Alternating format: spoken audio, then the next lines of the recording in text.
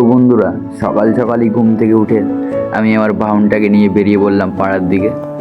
কিছু পথ যেতেই দেখি আমার বন্ধুর দোকানটাকে ছেলেবেলে মাছের বাজার বানিয়ে নিয়েছে। তো যাই হোক, দোকানটা খোলার পরে আমরা সবাই মিলে একটু ভিতরে গিয়ে একটু বাওয়ালি করলাম, একটু টাইম পাস করলাম। আর দেখতেই পাচ্ছ, সবার মতনই আয়না দেখে নিজেকে নায়ক ভাবা শুরু করে দিয়েছি।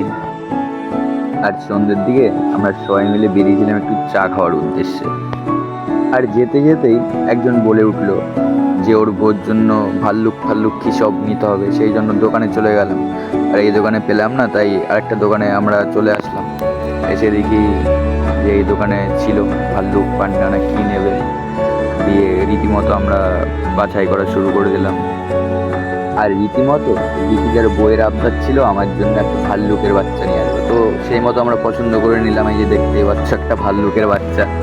তো রীতিমতো নিয়ে পেমেন্ট করে আমরা একটু বেরিয়েছিলাম চা খেতে। আমরা চা খেতে পারবো কিনা জানি না। আর এই যে বলতে বলতেই চলে এসেছি আমরা চায়ের দোকানে। এই যে দেখতে পাচ্ছ গাড়িটা রেখে দিলাম, এই মিঠুনদার চায়ের দোকান।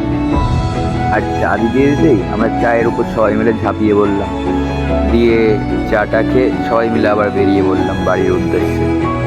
আজকের মতো এখানেই শেষ করছি। পৃথিবী তো গোল, আবার দেখা হবে। টাটা বন্ধুরা।